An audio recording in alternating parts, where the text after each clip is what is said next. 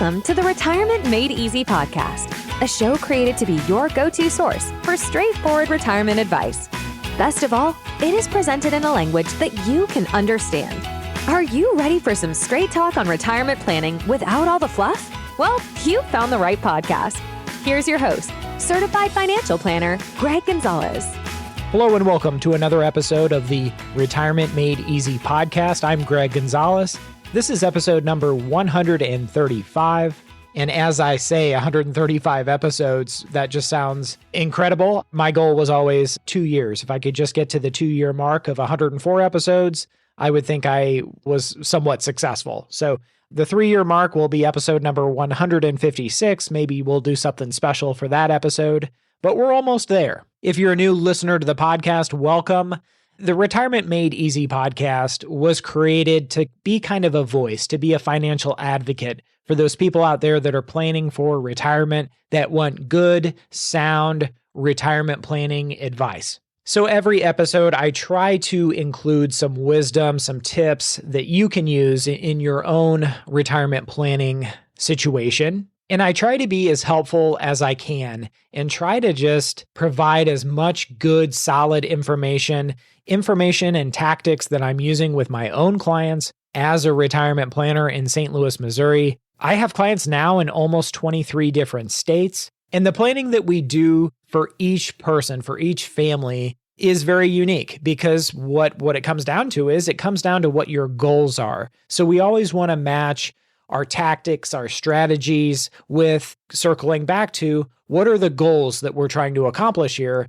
And then we have to come up with sound planning and really strategize to come up with a plan, a game plan that gives us the highest probability of success. And what is success?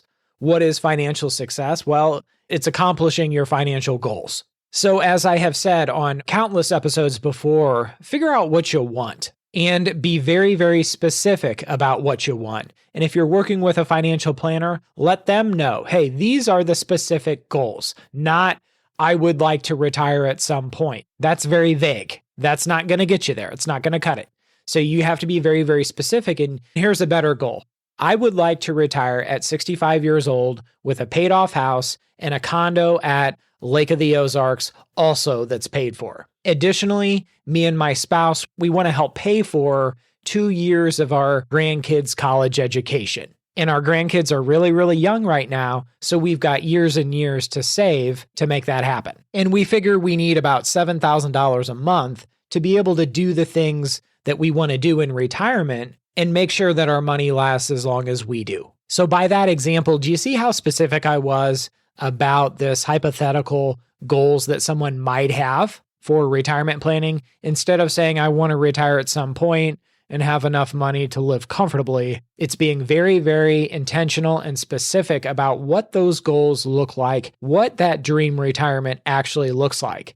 And until you do that, and it may take a lot of time, a lot of prayer, and even some deep thought about, hey, ideally, what would this dream retirement vision look like? And really the reason why you work so hard and save for retirement for all these years and invest it. What is the meaning behind all of this? And it's accomplishing those goals that you have. And as I have said to so many people, your goals, they don't have to sound good to other people. I've had a lot of people that say, hey, they want to sell their house, they want to buy an RV, they want to do a lot of traveling the first 5 or 10 years in retirement. And that might not sound good to me. I think it'd be a lot of fun. And it may not sound good to somebody's, brother or sister, but that doesn't matter. The goals are not for them. They're for you. So figure out what you want and what your retirement goals are. And then you can kind of start doing the real planning that's involved. And I talk to so many people and their goals are not specific enough. If I can offer some criticism, some constructive criticism, I'm not trying to be mean to anybody. Believe me, I'm not trying to hurt anybody's feelings, but I think they just haven't put enough thought into what they want. At the end of the day, in retirement, what are we working to achieve here? And what's going to make you happy?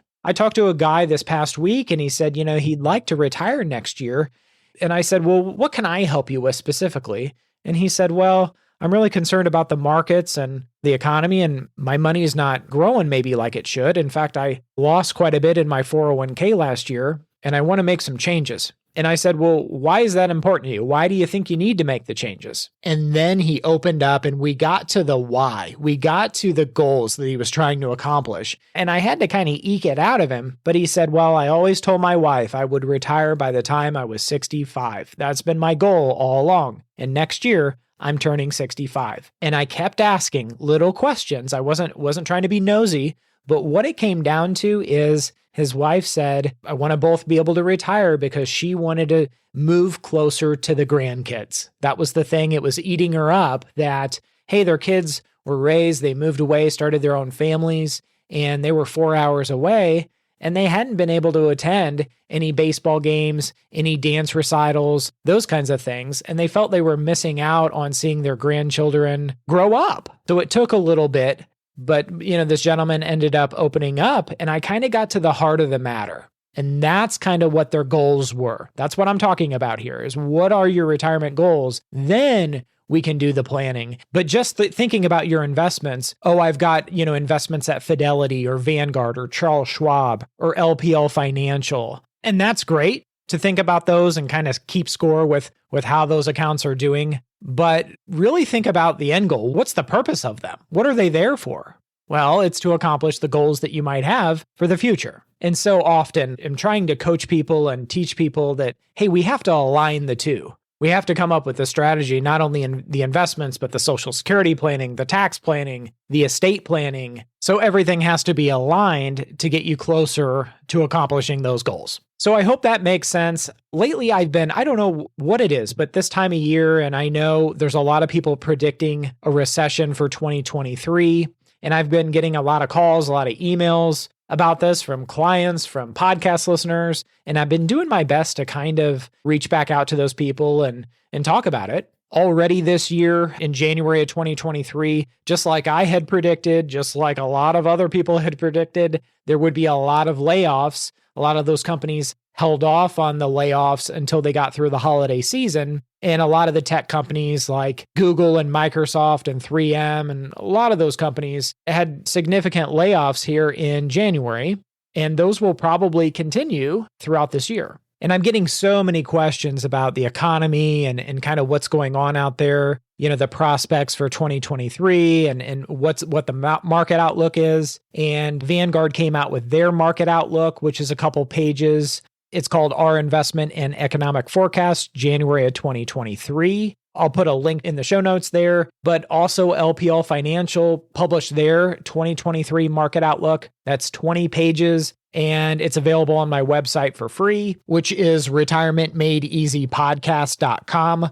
Underneath the resources tab, you'll just click on 2023 market outlook. LPL should really, I think we should really charge for this thing, but we're not.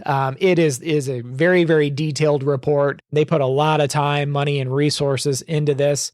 And when you put LPL's market outlook side by side with Charles Schwab or Vanguard's, it just blows them out of the water. So check that out. And in a second, I'll kind of recap kind of the highlights, if you will, of LPL's market outlook as well as Vanguard's market outlook for 2023.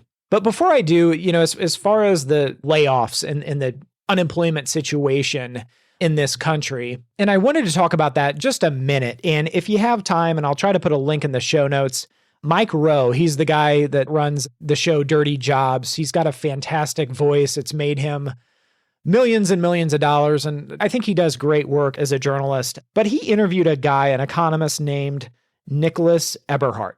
And Nicholas Eberhardt had done a lot of research. He'd even written a book about, the job situation, the unemployment in this country, pre-pandemic and then post-pandemic. And what was really interesting is right now in this country, there are 7 million men between the ages of 25 and 54, able-bodied people. They're not working right now, and they're not even looking for work. So they're not included in the unemployment figures that you see. These people are not actively looking for work. 7 million men. And we've never seen this before, or at least during peacetime, we've never seen this before. So 7 million men between the ages of 25 and 54 are out of work and not even looking. And you combine that with the fact that now, post-pandemic, we've got 4 million more open jobs than we had pre-pandemic. and we've got 4 million fewer people in the workforce than we did pre-pandemic. So the job shortage in this country, you got 10.5 million jobs as of November of 2022.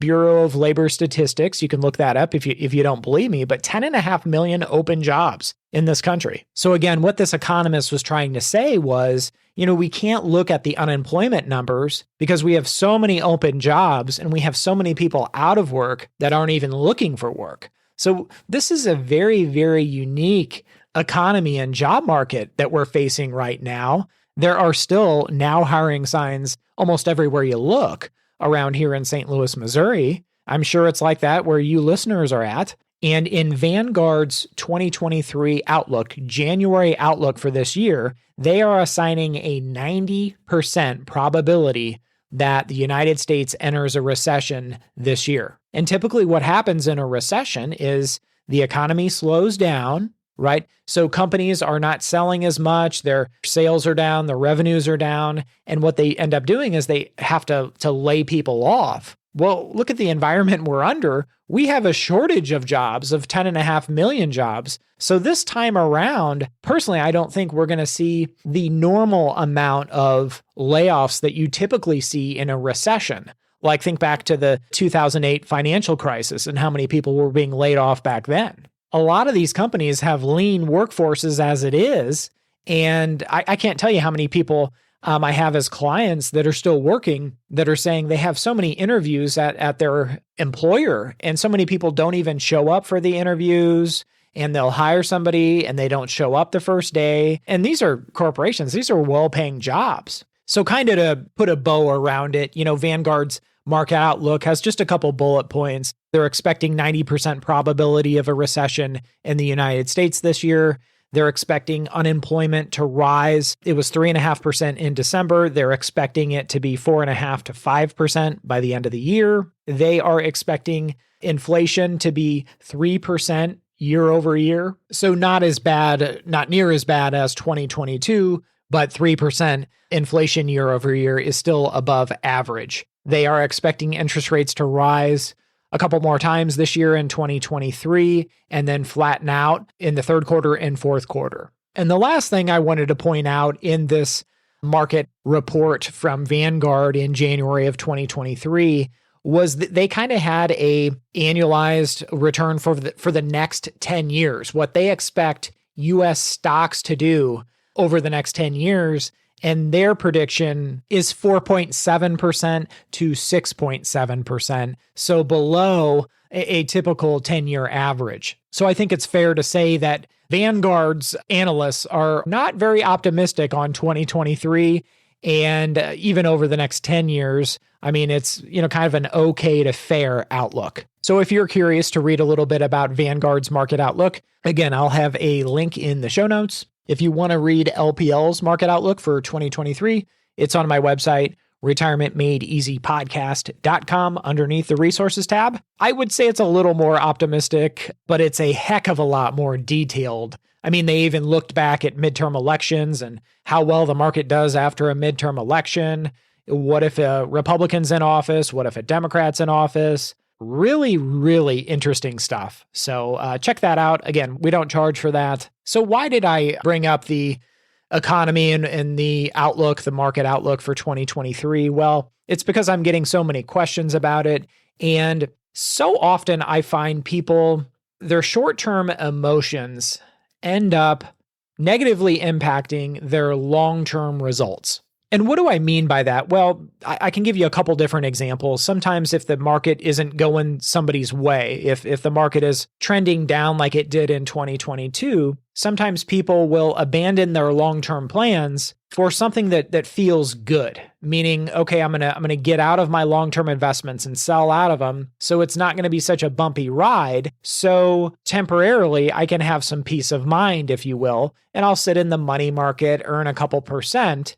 And then what happens is, and I've heard so many stories, so many people tell me describe their situation to me, is they never get back in the market. And 5 or 6 years go by and the market rebounds and they were sitting on the sidelines earning a couple percent here, a couple percent there because they got scared and they abandoned their long-term plans. I talked to another person last year that got so impatient with searching for their new home that they ended up buying a home for $75,000 more than it was appraised for. They got into a bidding war, and here we are a year later, and they know they made a mistake. They paid more for a house than they should have, and they're not happy with it, but they just got impatient. And the reason for these mistakes is because we let our emotions get in the driver's seat.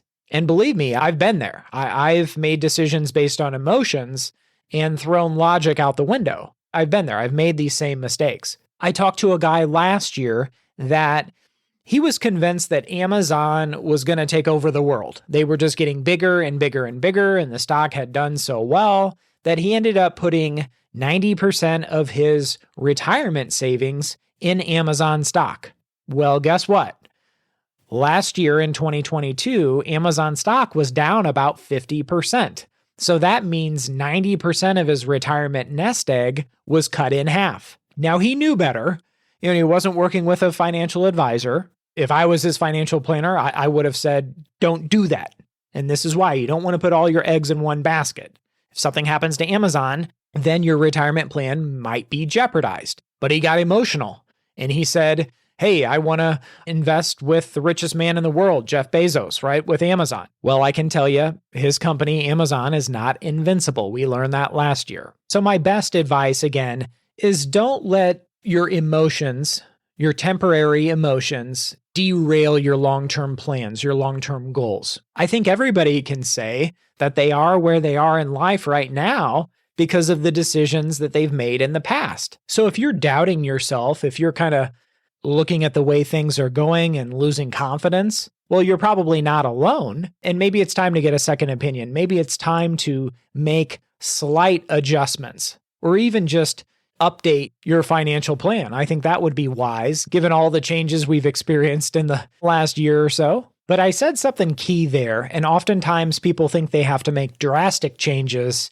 to see improvements, and sometimes they can be very minor adjustments or changes to what they're doing, and these minor changes can have big, big impacts. So keep that in mind as well. So I hope today's podcast will kind of give you some perspective, kind of what to expect for 2023. Again, check out those market outlooks. Vanguard's got a pretty good one. LPL's got a great one. And keep sending me your questions. retirementmadeeasypodcast.com at the bottom. If you have questions, don't be shy because so many other listeners have reached out. On my website, people have scheduled a 30-minute retirement coaching session. Those are a lot of fun that I have with people, and I get to hear their concerns. So I'll continue to bring up stories, of course, anonymously, conversations that I'm having with podcast listeners and other people that find me locally here in Missouri and St. Louis, because I think so many people can learn from the stories and the experiences